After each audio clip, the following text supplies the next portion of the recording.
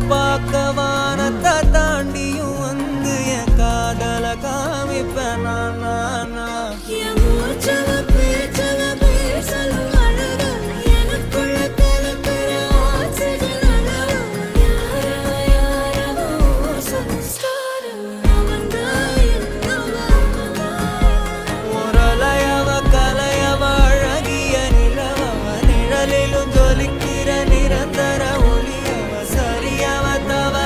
சிரிக்கிற சிரிப்புக்கு அவதான் காரணமா